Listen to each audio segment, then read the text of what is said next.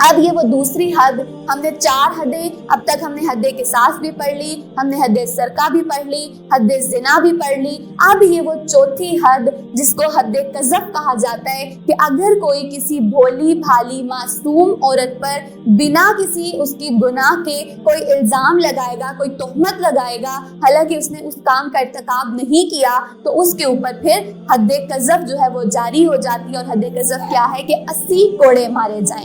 اب یہ حد جو ہے یہ کیوں جاری کی گئی؟ بیسیکلی یہ حد یوں ہی نہیں ہو جائے گی کہ کسی نے بھی الزام لگایا تو اس کو پکڑ کے کوڑے مارنے لگ جاؤ، نہیں، جب 4 گواہ اس بات کی گواہی دیں کہ اس نے 4 گواہ نہیں وہ لا سکے کہ اس نے یہ کام کیا ہے، تو پھر حد قذف جاری ہوگی۔ گویا کہ کسی نے کسی انسان کے اوپر الزام لگایا کہ وہ اس بے حیائی کے کام کے اندر ملوث ہے، لیکن اس کو کہا گیا کہ وہ ساتھ ہی 4 گواہ بھی لے کر آئے۔ اگر وہ 4 گواہ نہیں لا سکتا ہے تو پھر اس کے اوپر یہ حد قذف جاری ہوگی، اس کو 80 کوڑے جو ہیں وہ مارے جائیں گے۔ کوئی زنا کرے تو 80 کوڑے، لیکن اگر حد قذف کسی کے اوپر تہمت لگائی جائے گی تو پھر 80 کوڑے۔ بیسیکلی اس پورے حدیں جاری کرنے کا مقصد کیا ہے؟ لیکن جو اسلامی معاشرہ ہے نا، اللہ سبحانہ و تعالیٰ اس کے اندر سے بے حیائی کی تشہیر کو روکنا چاہتے ہیں۔ جب کوئی شخص جو ہے وہ کسی کے اوپر تہمت اور الزام لگاتا ہے تو کیا وہ ایک کام تک رہتا ہے؟ نہیں، بلکہ اس کی تشہیر بازی کی جاتی ہے، اس کو آگے سے آگے پھیلایا جاتا ہے۔ اب اللہ یہاں پہ یہ کہہ رہا ہے کہ لوگ جو ہے نا وہ بے حیائی کے قصوں کو اپنی زبان پر نہیں لے کر آئیں، اس لیے یہ جو حد ہے نا اس کو جاری کیا گیا، کیونکہ جب ایک شخص نے اس بدکاری کے عمل کو دیکھا تو ایک آنکھ، ایک کان، ایک دل نے اسے محسوس کیا، لیکن جب اس کی تشہیر بازی کی جائے گی، اس کو آگے سے آگے بتایا جائے گا، تو وہ اس ایک کان، ایک دل، ایک آنکھ سے بہت سی آنکھیں دیکھیں گی، بہت سے کان اس کو سنیں گے اور بہت سے دل محسوس کریں گے۔ لہٰذا یہاں پر واضح طور پر کہا گیا کہ وہ نظارہ، وہ بات، وہ بیان نہیں کی جائے گی، اس چیز کو روکا جائے گا۔ لیکن آج ہمارے ہاں معاشرے میں یہ سب کچھ ہو رہا ہے۔ آج ہمارے معاشرے کی وہ بھولی بھالی اسلامی دیندار بچی اپنے گھر سے نکلتی ہے، وہ جاتی ہے ان کالجوں میں، یونیورسٹیز میں، وہاں پر کھلے عام وہ اس طرح کے اسکینڈلز دیکھتی ہے، اس طرح کی باتوں کی اویئرنیس لیتی ہے، پھر اس کو لگتا ہے کہ اچھا 4 دیواری کے اندر رہتے ہوئے تو مجھے ایسی کسی بات کا پتہ ہی نہیں تھا، مطلب کہ یہ سب ہو رہا ہے تو یہ کامن ہے، یہ نارمل ہے، چلو میں بھی ایسا کچھ کر کے دیکھتی ہوں، نعوذ باللہ۔ پھر وہ اس طرح سے ان کاموں کے اندر جو ہے وہ انوالو ہو جاتی ہے۔ اس لیے کہا جا رہا ہے کہ اس کاموں کی تشہیر ہی نہیں کی جائے گی، اس طرح کی بات کو آگے پھیلایا ہی نہیں جائے گا، اور اگر کوئی کسی پر الزام بھی لگائے گا تو پھر اس کے اوپر حد قذف جو ہے وہ جاری کی جائے گی اس تشہیر کو روکنے کے لیے۔ اس کے بعد اللہ سبحانہ و تعالیٰ نے سورہ نور کی اگلی ہی آیت میں فرمایا کہ جو لوگ اپنی بیویوں پر الزام لگائیں، اگلی کیٹیگری کہ جو اپنی بیویوں پر الزام لگائیں اور ان کے پاس خود ان کے سوا کوئی دوسرا گواہ بھی نہ ہو، تو ان میں سے ایک شخص کی شہادت یہ ہے کہ وہ 4 مرتبہ اللہ کی قسم کھا کر گواہی دے کہ وہ اپنے الزام میں سچا ہے، اور 5ویں بار کہے کہ اس پر اللہ کی لعنت ہو اگر وہ اپنے الزام میں جھوٹا ہو۔ اب یہاں پر جو احکامات ہیں نا وہ ہیں لعان کے احکامات۔ لعان کے احکامات یہاں پر اللہ سبحانہ و تعالیٰ نے واضح طور پر بتا دیے۔ لعان بیسیکلی کیا ہوتا ہے کہ اگر کوئی ایک مرد ایک 4 دیواری کے اندر اپنی بیوی کو کسی دوسرے شخص کے ساتھ اس طرح کے بدکاری کے فعل میں ملوث پائے تو اس کے لیے جو احکامات ہیں وہ کیا ہوں گے؟ وہ یہ ہے کہ وہ لعان کے ذریعے ان احکامات کو جو ہے اس کا سہارا لے گا، اس سے نکلنے کا طریقہ اللہ نے جو بتایا وہ ہے لعان۔ بیسیکلی یہ معاملہ نبی صلی اللہ علیہ وسلم کے دور میں بھی ایک شخص کے ساتھ پیش آیا جن کا نام ہمیں حلال بن امیہ پتہ چلتا ہے۔ ان کے ساتھ یہ معاملہ ہوا، انہوں نے اپنی بیوی کو عین اس حالت میں کسی اور شخص کے ساتھ دیکھا، نبی صلی اللہ علیہ وسلم کے پاس آئے، ساری ردات بیان کی اور کہنے لگے کہ نبی صلی اللہ علیہ وسلم اب اگر میں اپنی بیوی پر الزام لگاتا ہوں، کیونکہ میرے پاس 4 گواہ موجود نہیں ہیں، میں نے خود ہی صرف دیکھا ہے، میرے پاس 4 گواہ موجود نہیں ہیں، اب اگر میں اپنی بیوی پر یہ الزام لگاتا ہوں تو میرے اوپر حد قذف جاری کر دی جائے گی، لیکن اگر میں الزام نہیں لگاتا، بیوی کو قتل کر دیتا ہوں اس بدنامی سے بچنے کے لیے، تو میرے اوپر حد قصاص جاری کر دی جائے گی، اور اگر میں کچھ بھی نہیں کرتا، اس بچے کو بھی اپنے سر لے لیتا ہوں، تو مجھے اس حرام بچے کو جو ہے وہ پالنا پڑے گا۔ تو اب آپ ہی بتائیے کہ میں کیا طریقہ اپناؤں؟ اللہ کی طرف سے اللہ سے دعا کیجیے کہ وہ مجھے اس بارے میں جو ہے مکمل جو ہے وہ گائیڈنس دے دیں۔ تو اللہ سبحانہ و تعالیٰ نے پھر فوراً سورہ نور کی یہ آیات یہ نازل ہوئی تھی اور ان کے اندر واضح طور پر لعان کے احکامات بتا دیے گئے. اور یہ احکامات کیا تھے کہ اگر کوئی سچی طریقے سے کوئی اپنی بات میں سچا ہے کہ اس نے واقعی اپنی بیوی کو اس حالت میں دیکھا ہے, اس کے پاس 4 گواہ بھی موجود نہیں ہے, تو پھر وہ یہ طریقہ اپنائے گا. اور یہ طریقہ کیا ہے کہ 4 دفعہ وہ اس بات کی قسم کھائے گا, گواہی کھائے گا کہ وہ اپنی بات میں سچا ہے, اور 4تھی دفعہ جو ہے وہ کہے گا کہ مجھ پر اللہ کی لعنت ہو اگر میں جھوٹ بولوں. تو یہ وہ طریقہ ہے جو کہ اپنایا جائے گا. اب جب یہ آیات نازل ہوئی تو حضرت جو حلال بن امیہ تھے انہوں نے فوراً ہی وہ 5 قسمیں کھا لی. اب جب بیوی کو کہا گیا کہ اگر وہ اپنی بات میں سچی ہے کہ اس نے ایسا کچھ نہیں کیا تو وہ بھی اب یہی قسمیں اٹھا لے. وہ بھی اسی طرح پہلے 4 دفعہ کہے کہ میں جو ہوں میں نے یہ کام جو ہے وہ نہیں کیا, اور 5ویں دفعہ وہ کہے کہ اگر میں نے یہ کام کیا تو مجھ پر اللہ کی لعنت ہو. اب وہ جو بیوی تھی اس کے اوپر اپنے معاشرے کا, اپنی برادری کا بہت زیادہ پریشر تھا کہ اگر وہ اس کو ایکسیپٹ کر لیتی تو معاشرے کے اندر جو ہے وہ برے طریقے سے اس کو ڈیفیم کیا جاتا, اس کا اپنا خاندان, اپنی برادری ہی اس کو بری طرح سے جو ہے وہ باتیں سناتی. اس لیے اس نے بھی ڈر اور خوف میں آ کر یہی 5 قسمیں کھا لی. گویا کہ وہ عورت جو تھی اب اس نے پہلے تو اس نے گناہ کا کام بھی کیا, اس نے پھر جھوٹی قسمیں بھی اٹھا لی. اب پھر واضح طور پر ان دونوں کے درمیان جو ہے وہ طلاق ہو گئی. اس یہ کہہ دینا ہی جو ہے نا ان کے لیے طلاق کا بھی باعث بن گیا. اللہ نے کہا کہ جب دونوں کے درمیان یہ معاملہ ہو جائے تو پھر دونوں کے درمیان طلاق بائینہ ہو جاتی ہے. وہ طلاق جس کے اندر دوبارہ نہ رجوع کیا جا سکتا ہے, نہ تجدید نکاح ہو سکتا ہے, اور وہ جو بچہ ہے اس کو بھی پھر اب باپ کے ساتھ منسوب نہیں کیا جائے گا, وہ ماں کا ہی ہوگا, اور اس بچے کو ولد الحرام بھی نہیں کہا جائے گا, کیونکہ اگر کوئی ایسا کرے گا تو پھر obviously اس کے اوپر بھی اگین حد قذف جو ہے وہ جاری ہو جائے گی. تو یہ لعان کے مکمل احکامات تھے جو کہ ڈیٹیل کے ساتھ اللہ سبحانہ و تعالیٰ نے بتا دیے. اب اگلی چیز اللہ سبحانہ و تعالیٰ سورہ نور کے اندر فرماتے ہیں ان الذین جاءوا بالافک عصبۃ منکم, جو لوگ یہ بہتان گھڑ لائے ہیں کہ وہ تمہارے ہی اندر کا ایک ٹولہ ہے. اب یہاں پر اللہ سبحانہ و تعالیٰ نا افک کا واقعہ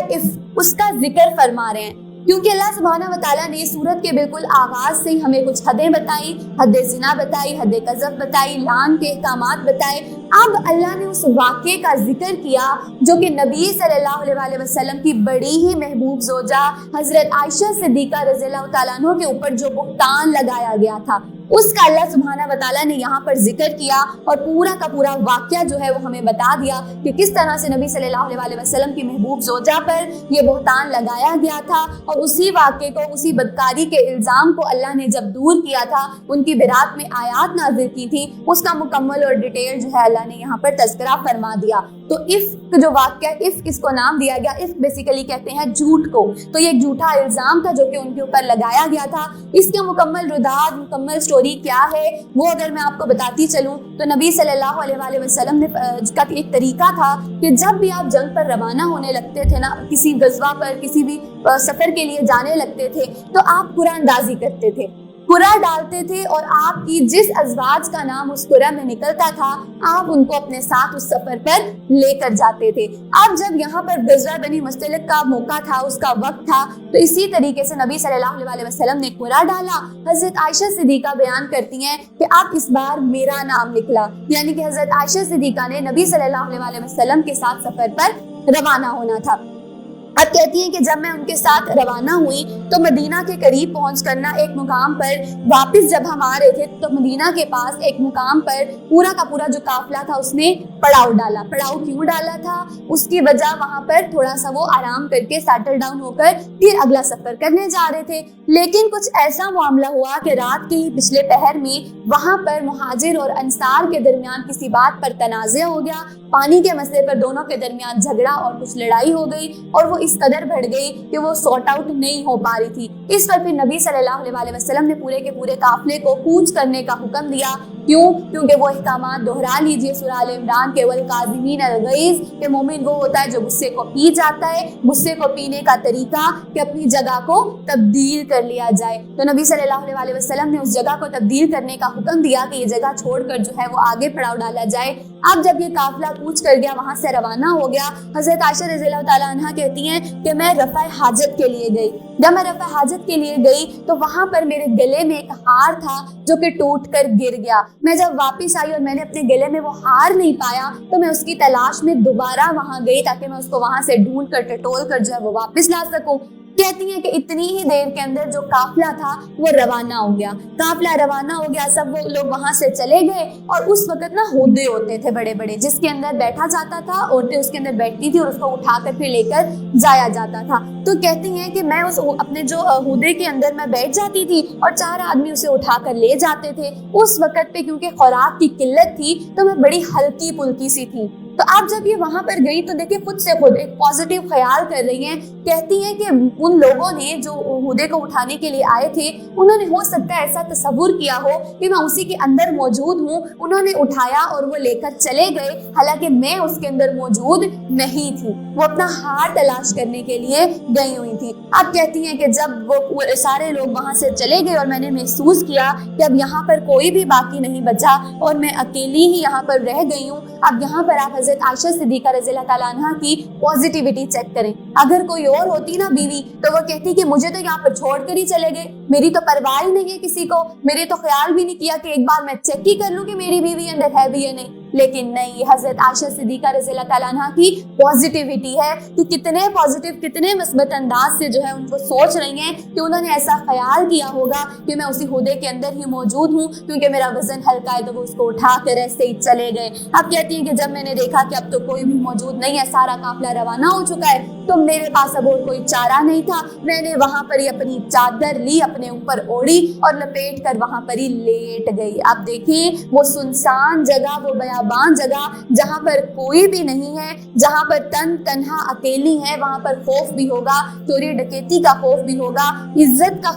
خیال بھی ہوگا کہ اکیلی عورت ہیں، لیکن اس کے باوجود اتنی جرت ہے ان کے اندر، اتنی بے خوف ہے کہ ان کو انسان تو انسان، ان کو حشرات کا بھی خوف نہیں ہے، کسی قسم کے حشرات کا بھی خوف نہیں ہے۔ یہ وہ تھے پھر جن کے نمونے، جن کی مثالیں اور جن کے یہ آیات، یہ جو رویے ہوتے ہیں، پھر اس کی وجہ سے قرآن کی آیات اللہ نازل کرتا ہے۔ تو یہ اتنی زیادہ اسٹرانگ ہے کہ کہتی ہے کہ مجھے وہاں پر کسی چیز کا بھی ڈر اور خوف ہی نہیں ہوا، اور میں نے بس اپنے اوپر ایک چادر لی اور وہاں پر ہی میں آرام کے لیے لیٹ گئی۔ کہتی ہے اتنے میں ہی مجھے آواز آئی کہ میرے پاس سے نا صبح کے وقت میں صفوان بن معطل، ہمیں ان کا نام بتایا جاتا ہے، کہ وہ اس جگہ سے گزرے، اور جب انہوں نے مجھے دیکھا تو ان کی سب سے پہلی پکار کیا تھی، انا للہ و انا الیہ راجعون، کہ نبی صلی اللہ علیہ وسلم کی زوجہ پیچھے رہ گئی، قافلے سے پیچھے رہ گئی۔ کہتی ہے ان کے یہ الفاظ انا للہ و انا الیہ راجعون کے سننے تھے کہ میں نے جلدی سے اپنے اوپر جو ہے وہ دوپٹہ لے لیا، اپنے اوپر اس چادر کو لے لیا اور اس سے اپنے آپ کو اچھے سے کور کر لیا۔ ساتھ ہی حضرت عائشہ صدیقہ رضی اللہ تعالیٰ عنہ کہنے لگی کہ صفوان بن معطل نے مجھے پردے کے احکامات نازل ہونے سے پہلے دیکھ رکھا تھا، یعنی کہ حضرت عائشہ صدیقہ رضی اللہ تعالیٰ عنہ نے واضح طور پر اس بات کی کلیئرٹی دے دی اپنے الفاظ سے بھی اور اپنے عمل سے بھی کہ پردے کے احکامات کے نازل ہونے سے پہلے دیکھ رکھا تھا، اس لیے انہوں نے مجھے پہچان لیا۔ لیکن جو ہی اب میں نے ان کی اپنے پاس ہونا کو پہچانا، ان کی آواز کو سنا، تو ساتھ ہی میں نے اپنے آپ کو اس چادر کے اندر لپیٹ لیا، اپنے چہرے کو کور کر لیا، اپنے آپ کو پورا اچھے سے کور کر لیا۔ یہاں سے حضرت عائشہ صدیقہ رضی اللہ تعالیٰ عنہ کا ہم پر یہ احسان ہے کہ انہوں نے واضح الفاظ کے اندر ہمیں پردے کے الفاظ جو تلقین ہے وہ کر دی، اپنے عمل سے بھی کر دی، الفاظ سے بھی کر دی۔ اس لیے اب پردے کے احکامات کا وہ جو لوگ کہتے ہیں کہ نہیں پردہ ہے ہی نہیں، یہاں سے بھی ہمیں واضح طور پر جو ہے وہ ایک ہمیں نمونہ مل رہا ہے۔ اب کہتی ہیں کہ جب یہ معاملہ ہوا تو حضرت صفوان بن معطل جو ہے نا، انہوں نے اپنا منہ دوسری طرف کر لیا، میں نے اپنے اوپر جو ہے وہ چادر ڈال لی، اتنی دیر میں انہوں نے اپنا اونٹ میرے پاس بٹھا دیا تاکہ میں اس کے اوپر بیٹھ جاؤں۔ کہتی ہیں میں اس اونٹ کے اوپر بیٹھ گئی اور وہ نکیل پکڑ کر اب ہم مدینہ کی طرف جو ہے وہ روانہ ہو گئے۔ پورا کا پورا لشکر جا چکا تھا، ہم پیچھے پیچھے اب جب مدینہ پہنچے تو وہاں پر پہنچتے ساتھ ہی جب لوگوں نے دیکھا تو وہاں پر بہتان اٹھنے لگے اور بہتان اٹھانے والوں نے اس قدر تک اس حد تک جو ہے وہ بہتان اٹھایا اور یہ بات کہنے لگے کہ نعوذ باللہ نبی صلی اللہ علیہ وسلم کی جو زوجہ ہے، جو بیوی ہے، وہ کسی اور شخص کے ساتھ رات گزار کر آ رہی ہیں۔ اس حد تک بہتان لگائے گئے، اور اس بہتان لگانے میں جو سب سے آگے پیش تھے وہ ہمیں پتہ چلتا ہے وہ منافق، وہ حضرت عبداللہ بن ابی تھا اور اس کے بہت سے ساتھی تھے جنہوں نے اس بہتان کو جو ہے وہ سٹارٹ کیا تھا، اور پھیلتے یہ بہت سے لوگوں نے اس بات کا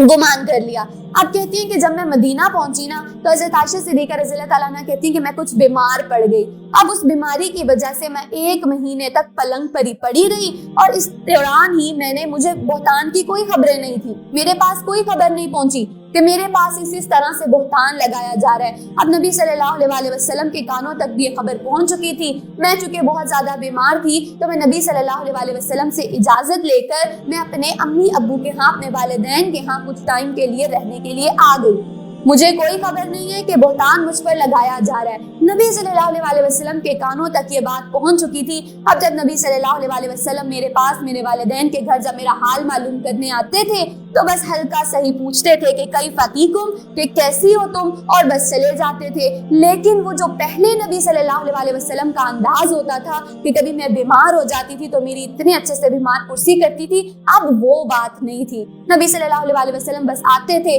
عارضی سا پوچھتے تھے اور چلے جاتے تھے۔ کہتی ہیں کہ ایک روز نا اب رات کا وقت تھا اور میں حاجت کے لیے مدینہ سے باہر جا رہی تھی، کیونکہ اس وقت بیت الخلاء نہیں ہوتے تھے تو رفع حاجت کے لیے اور اپنی حاجت کو پورا کرنے کے لیے باہر جایا جاتا تھا۔ تو کہتی ہیں کہ میں اپنے رشتے کی خالہ کے ساتھ میں جا رہی تھی رفع حاجت کے لیے کہ وہاں پر ہی میری جو خالہ ہے نا، رشتے کی خالہ، ان کے پاؤں کو ٹھوکر لگی ایک پتھر سے، اور ان کے منہ سے نکلا کہ غارت ہو مستا۔ مستا کون تھا؟ وہ اس خالہ کا بیٹا تھا اور وہ بھی اس سارے کام کے اندر انوالو تھا۔ تو کہتی ہیں کہ میں نے جب یہ سنا کہ میں نے اس کو اپنی خالہ کو کہا کہ تم کیسی ماں ہو، اپنے بیٹے کے لیے بد دعا کر رہی ہو، اسی کے غارت ہونے کا کہہ رہی ہو، تو وہ خالہ مجھے کہنے لگی کہ کیا تمہیں نہیں پتا کہ اس نے کس طرح کی باتیں اور کس طرح کی خبریں بنا رکھی ہیں؟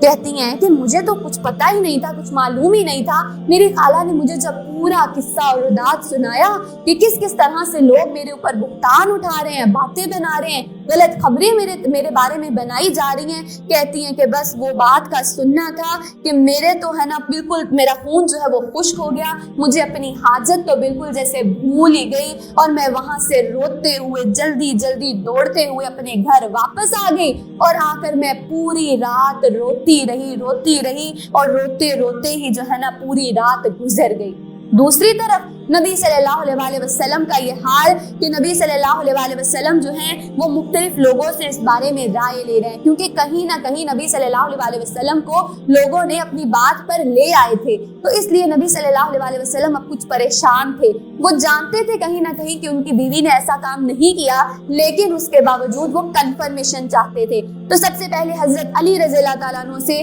پھر حضرت اسامہ رضی اللہ تعالیٰ عنہ سے اس بارے میں دریافت کیا گیا، مشورہ کیا گیا۔ جب حضرت اسامہ رضی اللہ تعالیٰ عنہ نے بتایا تو انہوں نے کہا کہ میں نے آج تک یا رسول اللہ صلی اللہ علیہ وسلم، میں نے آپ کی بیوی میں حضرت عائشہ رضی اللہ تعالیٰ عنہ میں بھلائی کے سوا کوئی چیز نہیں پائی۔ پھر اس کے بعد کہا گیا کہ اچھا آپ ایسا کریں، وہ جو حضرت عائشہ رضی اللہ تعالیٰ عنہ کی جو لونڈی ہے نا، آپ اس سے معلوم کر لیں وہ کیا کہتی ہے۔ جب اس لونڈی کو بلایا گیا، اس سے پوچھا گیا کہ تم بتاؤ کہ تم نے حضرت عائشہ رضی اللہ تعالیٰ عنہ کو کیسا پایا ہے، تو وہ کہنے لگی کہ اس خدا کی قسم جس نے آپ کو حق کے ساتھ بھیجا ہے، میں نے آج تک حضرت عائشہ رضی اللہ تعالیٰ عنہ کے اندر کوئی برائی نہیں دیکھی، ہاں سوائے ایک بات کے کہ جب میں آٹا گوندھ کے چھوڑ کے جاتی ہوں تو اس کو پیچھے سے، اور ان کو کہہ کے جاتی ہوں کہ اس کا خیال رکھنا، تو وہ اس کا خیال نہیں رکھتی ہیں اور پیچھے سے بکری آٹا کھا جاتی ہے۔ یہ ان کی معصومیت، ان کی وہ جو بالکل ٹین ایجر والی ایج تھی، یہ اس کا ہمیں پتہ چل رہا ہے کہ وہ اتنی معصوم تھی کہ ان کو تو اس بات تک کی نہیں خبر ہو پاتی تھی، تو وہ کس طرح سے اتنا بڑا بدکاری کا فعل کر سکتی ہیں۔ جب یہ ساری کی ساری نبی صلی اللہ علیہ وسلم کو شہادتیں مل گئیں، جب ان سارے لوگوں سے سن لیا، اس کے بعد نبی صلی اللہ علیہ وسلم نے پھر ایک خطبہ دیا اور اس کے اندر فرمایا کہ مسلمانوں کون ہے جو اس شخص کے حملوں سے میری عزت کو بچائے جس نے میرے گھر والوں پر الزامات لگا کر مجھے اذیت پہنچانے کی حد کر دی ہے۔ باخدا میں تو اپنی بیوی میں کوئی برائی نہیں دیکھتا،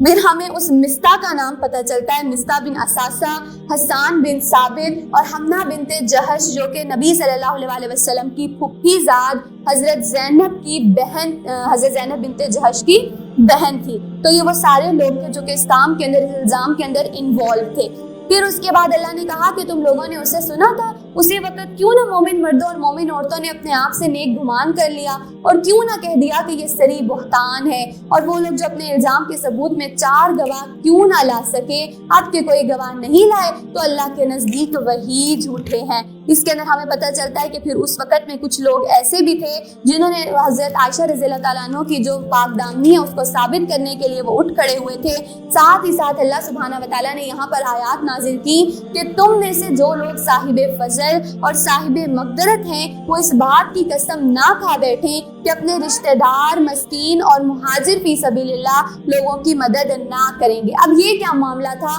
کہ بیسیکلی جو حضرت ابو بکر رضی اللہ تعالیٰ عنہ تھے نا، ان کا ایک طریقہ تھا کہ جو بھی مسکین ہوتے تھے، ضرورت مند ہوتے تھے، ان کی ضرورت کو پورا کرتے تھے۔ تو حضرت ابو بکر رضی اللہ تعالیٰ عنہ کے بارے میں ہمیں پتہ چلتا ہے کہ یہ جو مستہ بن اساسہ، وہ جو خالہ زاد بیٹا، خالہ جو تھی ان کا بیٹا تھا مستہ، وہ کیونکہ مالی طور پر کچھ کمزور تھا تو ابو بکر رضی اللہ تعالیٰ عنہ جو ہے یہ اس مستہ کی امداد کرتے ہوتے تھے، اس کو پراپر مالی امداد پہنچاتے تھے۔ لیکن اب جب ابو بکر رضی اللہ تعالیٰ عنہ کے پاس یہ خبر پہنچی کہ وہ مستہ جس کی میں امداد کرتا تھا، جس کی میں مدد کرتا تھا، وہ بھی میری بیٹی کے اوپر الزام لگانے کے اندر انوالو تھا اس سارے کام کے اندر، اب بس ان کے دل میں یہ بات آ گئی کہ اب میں جو ہے نا امداد کو روک لوں گا۔ اسی پر اللہ سبحانہ وتعالیٰ نے فوراً یہ آیات نازل کر دی۔ حضرت ابو بکر رضی اللہ تعالیٰ عنہ کہتے ہیں کہ جب میں نے ان آیات کو سنا تو میں نے فوراً ہی کہا بلا واللہ انا نحب، کہ اللہ سبحانہ وتعالیٰ ہم تو ضرور ہی چاہتے ہیں کہ ہمارا رب تو ہماری خطاؤں کو معاف فرما دے، اور یہ جو تو نے وعدہ کیا ہے نا کہ جو کوئی نیکی کا کام دیکھے اور وہ اس کو چاہے کہ وہ اس کو اپنی قسم کو جو ہے وہ توڑ دے اور دوبارہ وہ نیکی کا کام جاری رکھے، تو حضرت ابو بکر رضی اللہ تعالیٰ عنہ نے فوراً ہی جو ہے وہ اپنی قسم کو توڑ دیا تھا کہ وہ اس نیکی کے کام کو نہیں روکیں گے، کیونکہ وہ چاہتے تھے کہ اللہ سبحانہ وتعالیٰ ان سے محبت کرتا رہے، ان کی خطاؤں کو معاف کرتا رہے، تو اس لیے وہ جو سلسلہ تھا مستہ کی مدد کا، امداد کا، اس کو دوبارہ سے جاری کر دی گیا۔ یہ وہی چیز جو ہم نے اس دن دیکھی تھی کہ اللہ کہتا ہے اپنے وعدوں کو پورا کرو، وعدوں کو نبھاؤ، لیکن وہ قسمیں جو تم کسی نیکی کے کام کے روک دینے کی کرتے ہو، ان قسموں کو پھر تم توڑ کر تم اپنے جو نیکی کے کام ہیں ان کو ویسے ہی جاری رکھو گے۔ تو یہاں سے ہمیں واضح طور پر اس بات کی حقیقت پتہ چل گئی۔ وہ نبی صلی اللہ علیہ وسلم کی حدیث کے الفاظ بھی دہرا لیجئے کہ جو شخص کسی بات کی قسم کھا لے پھر اسے معلوم ہو جائے کہ دوسری بات اس سے بہتر ہے تو وہ وہی بات کرنی چاہیے جو کہ بہتر ہے، اور بہتر بات کو اختیار کر لینا ہی اس بات کا کفارہ بھی ہے، کیونکہ ہم نے پڑھا تھا کہ قسمیں توڑی جائیں گی تو پھر ان کا کفارہ ادا کرنا ہوگا، تو اس قسم کو توڑنے کا کفارہ یہی ہے کہ اس نیکی کے کام کو جاری رکھا جائے۔ اور جو لوگ پاک دامن اور بے خبر مومن عورتوں پر تہمتیں لگاتے ہیں ان پر دنیا اور آخرت میں لعنت کی گئی ہے، ان کے لیے بڑا عذاب ہے، اور اس دن کو بھول نہ جاؤ جبکہ ان کی اپنی زبانیں، ان کے اپنے ہاتھوں کو ان کی کرتوتیں گواہی دیں گی۔ اس دن اللہ وہ بدلہ انہیں بھرپور دے گا جس کے وہ مستحق ہے، اور انہیں معلوم ہو جائے گا کہ اللہ ہی حق ہے، سچ کو سچ کر دکھانے والا ہے۔ خبیث عورتیں خبیث مردوں کے لیے ہیں اور خبیث مرد خبیث عورتوں کے لیے، پاکیزہ عورتیں پاکیزہ مردوں کے لیے ہیں اور پاکیزہ مرد پاکیزہ عورتوں کے لیے ہیں۔ ان کا دامن پاک ہے ان باتوں سے جو وہ بنانے والے بناتے ہیں، ان کے لیے مغفرت ہے اور رزق کریم ہے۔ اب یہ وہ آیت ہے جس کو ہمارے ہاں مس انٹرپریٹ کیا جاتا ہے اور کہا جاتا ہے کہ دیکھو اللہ تو خود کہہ رہا ہے کہ بدکار کے لیے بدکار ہے، نیک کے لیے نیک ہے۔ اللہ کہہ رہا ہے کہ خود سے خود بدکار کے لیے بدکار اور نیک کے لیے نیک ہونی چاہیے، حالانکہ ہم تو دیکھتے ہیں کہ کوئی بہت زیادہ نیکوکار ہوتا ہے اور اس کے ساتھ کسی بدکار کا نکاح ہوا ہوتا ہے، یا کوئی بہت زیادہ جو بدکار ہوتا ہے اس کے ساتھ کسی بڑی نیک عورت کا، کسی لڑکی کا نکاح ہو جاتا ہے۔ تو یہ کیا معاملہ ہے؟ دیکھیں یہاں پر اللہ سبحانہ وتعالیٰ یہ نہیں کہہ رہے کہ تم نے ایسا ہی کرنا ہے، بلکہ یہاں پر اللہ سبحانہ وتعالیٰ ہمیں نکاح کی ترجیحات بتا رہے ہیں کہ جب تم نکاح کے لیے رشتہ تلاش کرنے لگو تو اس وقت تم کس بات کا خیال رکھو گے؟ تم اس بات کو ملحوظ خاطر لاؤ گے کہ اب تم جب رشتہ تلاش کرنے لگے ہو تو اس وقت ایسا نہ ہو کہ رشتہ ڈھونڈ رہے ہو تو کسی مالدار زانی شرابی کا تم نے رشتہ ڈھونڈ لیا اور جو دوسری طرف لڑکی ہے وہ بڑی پڑھی لکھی نیک ہے، تو ایسا معاملہ نہیں کیا جائے گا۔ یا پھر ایسا نہ ہو کہ جو مالدار ایک شخص ہے وہ فحاشی عریانی کرنے والا ہے، عورت جو ہے وہ فحاشی عریانی کرنے والی ہے اور اس کا نکاح کسی بڑے نیک شخص سے کر دیا جائے، تو یہ وہ سٹینڈرڈ بتایا جا رہا ہے کہ جب تم نکاح کے لیے عورت کا تلاش کرنے لگو تو اس وقت تم کس بات کا خیال رکھو گے کہ ایک نیک عورت کے لیے نیک مرد کی ہی تلاش کی جائے گی، اور ایک نیک مرد کے لیے نیک عورت کے لیے نیک مرد۔ اب اللہ سبحانہ و تعالیٰ نے یہاں پر نبی صلی اللہ علیہ وسلم کی احادیث کو بھی دہرا لیجئے جو کہ ہمیں نکاح کی ترجیحات کے لیے بتائی گئی کہ جب تم عورتوں سے نکاح کرنے لگو تو تم 4 بنیادوں پر کرتے ہو، ان کے خاندان کی بنیاد پر، ان کے مال کی، ان کے حسن کی بنیاد پر اور ان کے دین کی بنیاد پر۔ تو اللہ تمہارا بھلا کرے، جب تم ان سے نکاح کرنے لگو تو دین کی بنیاد پر ان کا انتخاب کیا کرو۔ پھر وہ حدیث بھی دہرا لیجئے کہ جب تمہیں کسی ایسے شخص کی طرف سے نکاح کا پیغام آئے جس کے دین اور اخلاق سے تم مطمئن ہو تو اس کے نکاح کے پیغام کو قبول کر لیا کرو۔ تو یہاں پر اللہ سبحانہ و تعالیٰ نے نکاح کے لیے جو ایک پیمانہ ہے وہ بتا دیا، لہٰذا ہمیں واضح طور پر پتہ چل گیا یہاں پر کہ نکاح کے لیے پیمانہ جو ہے وہ صالحیت بنایا جائے گا، اسی کی بیس پر جو ہے وہ نکاح کیا جائے گا۔ ہمیں پتہ چلتا ہے ایک دفعہ نا کسی نے حضرت مولانا مودودی سے سوال کیا کہ مجھے ایک عورت بہت زیادہ پسند تھی، میں 1 سال تک جو ہے نا اس کے ساتھ دوستی اور آشنائی میں رہا، ہماری بڑی اچھی انڈرسٹینڈنگ ہے، اب جب میں اس کے ساتھ نکاح کرنے لگا ہوں نا تو مجھے پتہ چلا ہے کہ وہ بہت زیادہ بدکار ہے، تو اب مجھے مشورہ دیں کہ میں کیا معاملہ کروں، میں اس سے نکاح کروں یا نہیں۔ تو اس پر حضرت مولانا مودودی نے یہی آیات اس کو پڑھ کر تلاوت کر کے سنائی اور اس کو کہا کہ اب تم اسی عورت سے نکاح کرو گے۔ کیوں؟ کیونکہ تم 1 سال تک اس کے ساتھ رہے ہو، اب جب تمہیں نکاح کا موقع آیا تو تمہیں ایک صالح عورت یاد آ گئی ہے، تو اب تم اسی سے ہی نکاح کرو گے کیونکہ تم بھی تو 1 سال تک اس کے ساتھ آشنائیاں لگاتے رہے ہو، لہٰذا اب تم اسی سے ہی کرو گے۔ اللہ سبحانہ و تعالیٰ ہم جو کچھ بھی قرآن میں پڑھتے ہیں، سنتے ہیں، سمجھتے ہیں، اس کے اوپر گہرے تدبر اور تفکر کی ہمیں توفیق دے۔ اللہ سبحانہ و تعالیٰ ہمیں سیدھی راہ پر چلا دے۔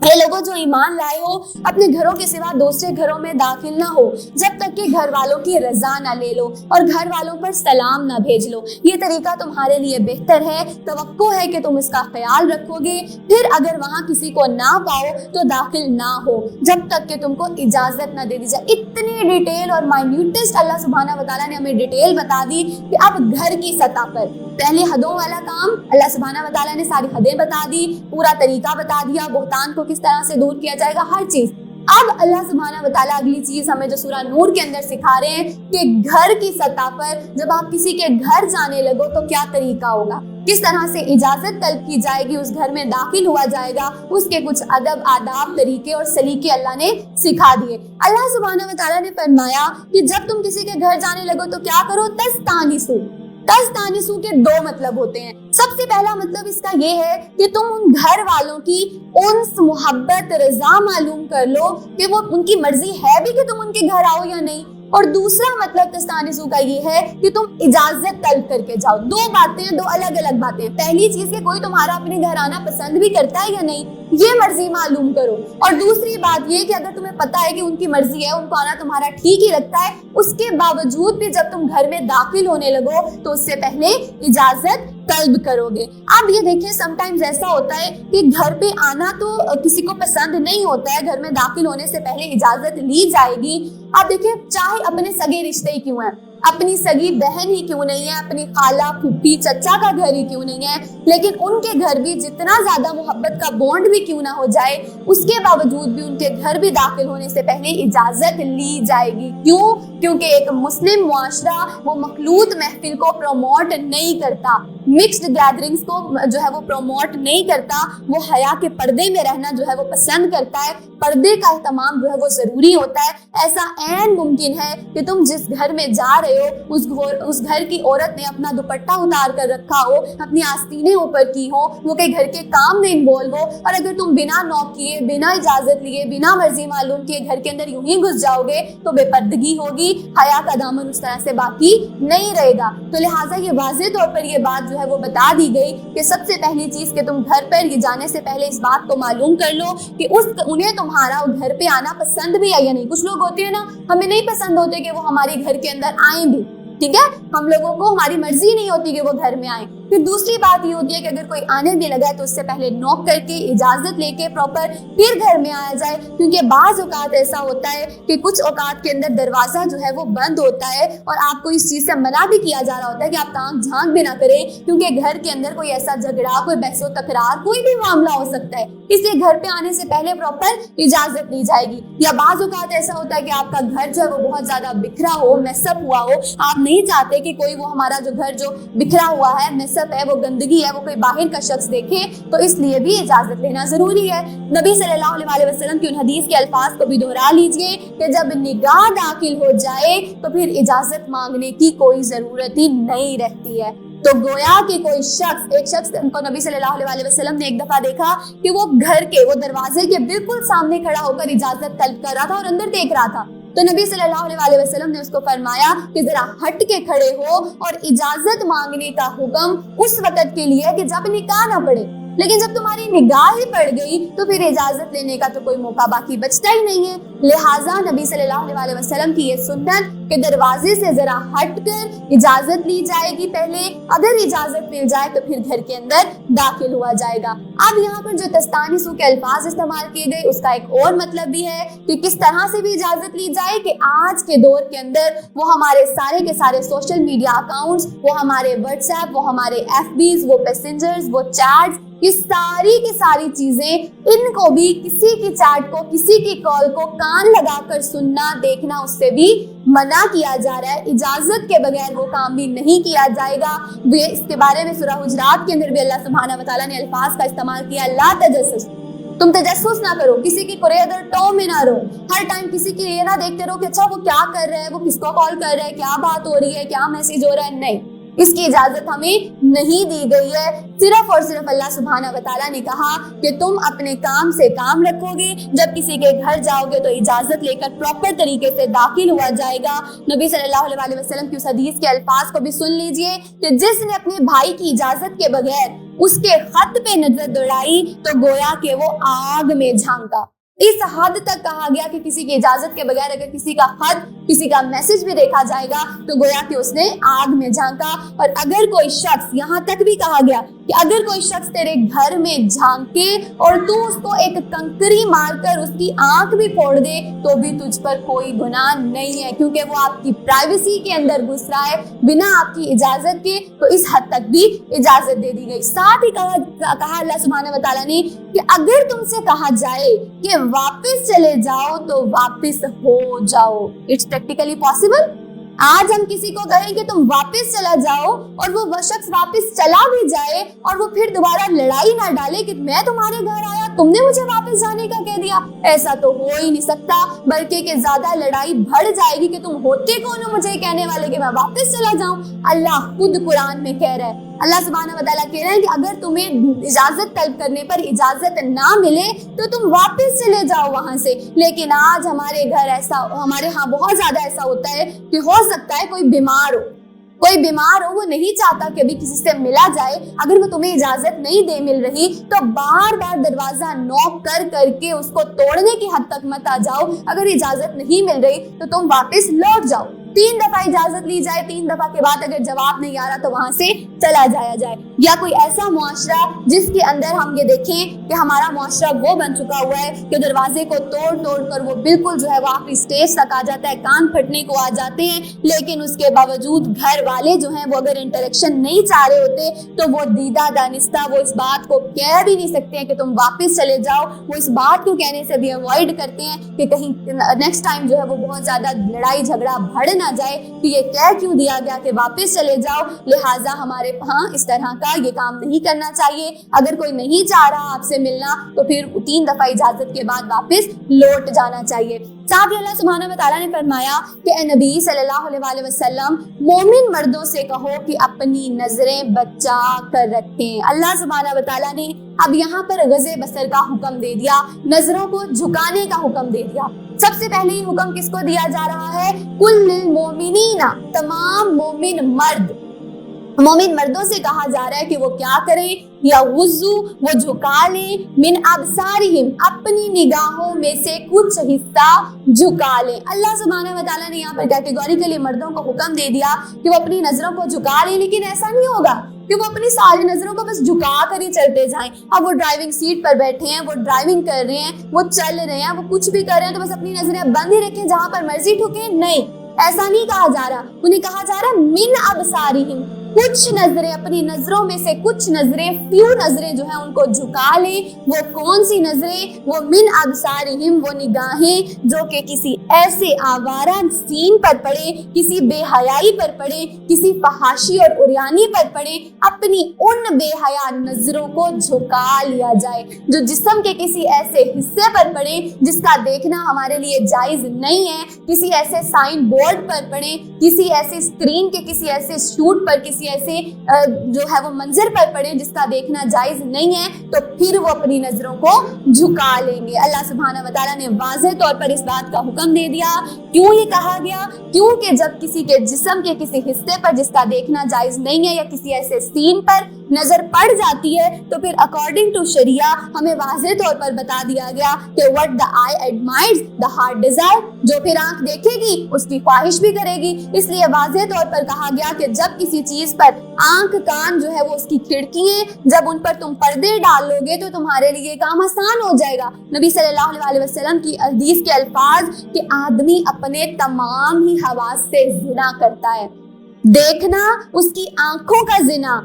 اس کا بات چیت کرنا زبان کا زنا، آواز سے لذت لینا کانوں کا زنا، ہاتھ لگانا اس کے ہاتھوں اور چل کے جانا پاؤں کا زنا۔ تو جب وہ یہ ساری برائی کی جو چیزیں ہیں ان کو پورا کر لیتا ہے تو پھر وہ شخص ہے تو وہ یا تو اپنی شرمگاہ کو اس برائی کی تکمیل سے جو ہے وہ روک لیتا ہے یا پھر وہ اس کی تکمیل کر لیتا ہے۔ تو اس لیے کہا گیا کہ وہ جو انیشیل فیکٹرز ہیں نا انہی کو تم روک لو، اسی اپنی نظر کو ہی جھکا لو تاکہ تمہارا دل اس طرف مائل اور قائل ہو ہی نہ۔ پھر حضرت علی کو بھی نبی صلی اللہ علیہ وسلم نے واضح طور پر جو ہے نصیحت کی تھی کہ علی تمہارے لیے پہلی نظر تو جائز ہے لیکن دوسری نظر جائز نہیں ہے۔ جب ایک دفعہ کسی ایسے سین، کسی ایسے منظر پر نظر پڑ گئی ہے جس کا دیکھنا جائز نہیں ہے تو پھر دوسری نگاہ اس پہ نہیں ڈالی جائے گی، کیونکہ نگاہ جو ہے وہ ابلیس کے زہریلے تیروں میں سے ایک تیر ہے، اس لیے اپنی نگاہوں کو محفوظ رکھا جائے گا۔ پھر وہ خطبہ حجۃ الوداع کے موقع پر وہ جو ایک قصہ تھا اس کو بھی دہرا لیجئے کہ ایک عورت جو ہے وہ نبی صلی اللہ علیہ وسلم سے راستہ روک کر کچھ بات، کچھ معاملہ جو ہے اس کو مسئلہ پوچھنے کے لیے رکی، تو اس پر حضرت فضل بن عباس کا ہمیں نام پتہ چلتا ہے کہ وہ اس عورت پر نگاہیں جما کر ٹکا کر اس کو دیکھنے لگ گئے۔ تو اس پر نبی صلی اللہ علیہ وسلم نے فوراً ہی ان کا منہ پکڑ کر دوسری طرف کر دیا اور ان سے کہا کہ اپنی نظروں کو جو ہے وہ جھکا لو، کیونکہ کسی عورت کی طرف بھی ٹکٹکی باندھ کر دیکھنا، نظروں کو گاڑنا، اس سے بھی منع کر دیا گیا۔ ہاں البتہ اب یہاں پر پھر ساتھ ہی ساتھ جو پردے کے احکامات بھی آ جاتے ہیں، اور یہ بھی کہ جب شادی سے پہلے، نکاح سے پہلے اس بات کی اجازت دے دی گئی کہ اس وقت میں مرد جو ہے وہ ایک نظر عورت کو دیکھ سکتا ہے۔ وہ بھی کیوں؟ کیونکہ ہمیں پتہ چلتا ہے کہ ایک دفعہ ایک شخص آیا کہ وہ فلاں انصار کی عورت کے ساتھ جو ہے وہ نکاح کرنے کا ارادہ رکھتا ہے، تو نبی صلی اللہ علیہ وسلم نے اسے کہا تھا کہ تم ایک نظر اس کو دیکھ لو، کیونکہ انصار کی جو عورتیں ان کی آنکھوں میں کچھ خرابی ہوتی ہے، تو لہٰذا یہاں سے ایک نظر دیکھنے کا جواز جو ہے وہ ہمیں واضح طور پر مل گیا۔ اس کے بعد نبی صلی اللہ علیہ وسلم، اللہ سبحانہ و تعالیٰ نے قرآن پاک میں فرمایا اور اے نبی صلی اللہ علیہ وسلم مومن عورتوں سے کہہ دو کہ وہ بھی اپنی نظریں بچا کر رکھیں۔ پہلے کس کے لیے حکم تھا؟ مردوں کے لیے۔ اب اللہ نے واضح طور پر عورتوں کے لیے بھی یہ حکم دے دیا کہ وہ بھی اپنی نظریں بچائیں گی۔ ان کی بھی وہ نگاہیں جو کہ کسی ایسے ٹی وی ایڈ پر، کسی سائن بورڈ پر، کسی ویڈیو پر، کسی ایسے منظر پر پڑ رہی ہیں جس کا دیکھنا جائز اور حلال نہیں ہے، جس سے منع کیا گیا ہے، تو وہ بھی پھر اپنی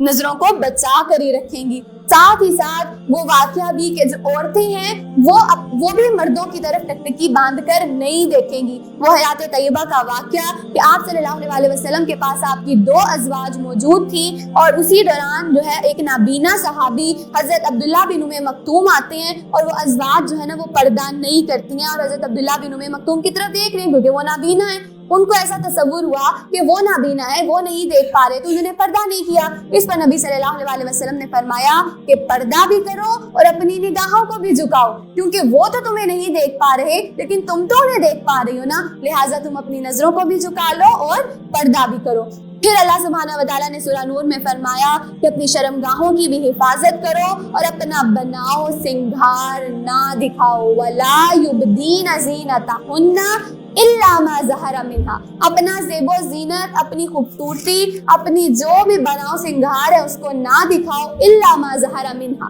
اب پہلے ہم وَلَا يُبْدِينَ زِينَتَهُنَّ کے حکم کو سمجھنے سے پہلے کہ زینتیں نہ دکھاؤ, اس سے پہلے ہم یہ سمجھ لیتے ہیں کہ اللہ کہہ رہا ہے کہ إِلَّا مَا ظَهَرَ مِنْهَا, وہ زینتیں جو خود سے خود ظاہر ہو جائیں نا اس کی خیر ہے. یہ کون سی زینتیں ہیں؟ اس سے مراد وہ زینتیں ہیں جیسے مثال کے طور پر ایک لڑکی ہے, وہ بہت اونچی لمبی قد و قامت کی ہے, اس کی اٹھانی ایسی ہے کہ اب اس نے پردہ تو کیا ہے, عبایا تو پہنا ہوا ہے, لیکن اس کے باوجود اس کی وہ قد و قامت, اس کا وہ فگر, وہ پھر بھی عبایا کے اندر سے بھی کہیں نہ کہیں پرومیننٹ ہو رہا ہے. تو اب وہ چیز ہے کہ اس نے اپنے آپ کو کور تو اچھے سے کیا ہے, لیکن اس کی اٹھان, اس کی ہائٹ اتنی ہے کہ وہ اس کے باوجود بھی جو ہے وہ فیل ہو رہی ہے. تو اللہ کہہ رہا ہے کہ اس پر پکڑ نہیں کی جائے گی. یا پھر کوئی ایسی عورت ہے جو کہ بچے نے اس کا پردہ کھینچ دیا, اس کا پردہ تھوڑا سا نیچے ہو گیا, اسے اس کی زینت دکھ گئی, تو اس پر بھی کوئی پکڑ نہیں ہوگی کیونکہ اس نے جان بوجھ کر نہیں کیا, اس بچے کی وجہ سے جو ہے یہ معاملہ ہوا. یا پھر سم ٹائمز ایسا ہوتا ہے کہ ہم گزر کر جا رہے ہوتے ہیں,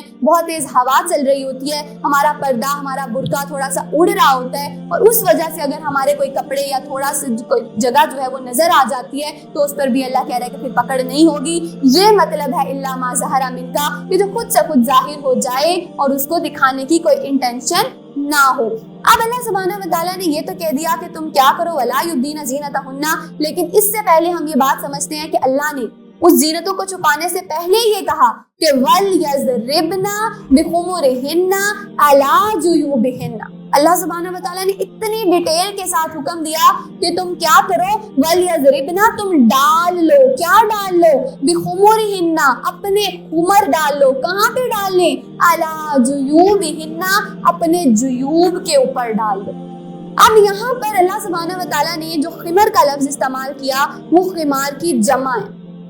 ٹھیک ہے. سر کی, اس کی جمع جو ہے وہ خمار ہے, اور اس کو کہتے ہیں سر کی اوڑھنی. خمر کہتے ہیں سر کی اوڑھنی کو, اس ہیڈ پیس کو, اس کاف کو, اس دوپٹے کو جو کہ سر پر لیا جاتا ہے. اب اللہ یہاں پر واضح طور پر کہہ رہے ہیں کہ تم اس خمر کو پہن لو. کہاں پہ پہن لیں؟ عَلَى جُيُوبِهِمْ, اپنے اس جیوب پر. جیوب کیا ہوتا ہے؟ جیوب بیسیکلی جیب کی جمع ہے, اور اس کو کہتے ہیں یہ سینہ. یہ سینہ, یہ چیسٹ, اس کو جیوب کہا جاتا ہے. اللہ کہہ رہا ہے کہ وہ جو سر کی اوڑھنی ہے نا, اس کو تم سر پہ ڈالتے ہوئے اس سے اپنی سینے کو بھی کور کر لو. وہ سینہ, یہ وہ پارٹ ہوتا ہے جیوب, یہ وہ حصہ ہے جو کہ گردن سے ملتا ہے. گردن کو جو جسم سے ملاتا ہے, یہ وہ والا حصہ. اور آسانی سے سمجھنے کے لیے وہ حصہ جس پہ ہم بڑے خوبصورت سے گلوں کے ڈیزائن بنواتے ہیں نا, وہ والا حصہ. وہ حصہ جس کے اوپر ہم بڑے خوبصورت ڈائمنڈ کے سیٹس پہنتے ہیں, گولڈ کے سیٹ پہنتے ہیں نا, وہ والا حصہ. اللہ کہہ رہا ہے وہ جو تمہارے جیوب ہیں, جو تمہارے سینے ہیں, تم ان کو کور کر لو. تم ان کو ان اوڑھنیوں کے ساتھ, ان خمر کے ساتھ اچھے طریقے سے کور کر لو. اصل میں آپ دیکھیں اللہ سبحانہ و تعالیٰ ایسے لگتے ہیں جیسے ہمیں ہاتھ پکڑ کر سر پہ دوپٹہ لینے کا طریقہ سکھا رہے ہیں, اتنی ڈیٹیل کے ساتھ. تو اللہ سبحانہ و تعالیٰ نے کہیں پر نماز پڑھنے کا نہیں حکم دیا. نماز کے لیے بھی اللہ نے صرف قرآن میں حکم دیا اقیموا الصلاۃ, نمازوں کو قائم کرو. اللہ نے اس کا طریقہ ایسے اتنی ڈیٹیل سے نہیں بتایا جتنی ڈیٹیل سے ہمیں سروں کو کور کرنے اور اوڑھنے کا طریقہ اللہ نے بتا دیا.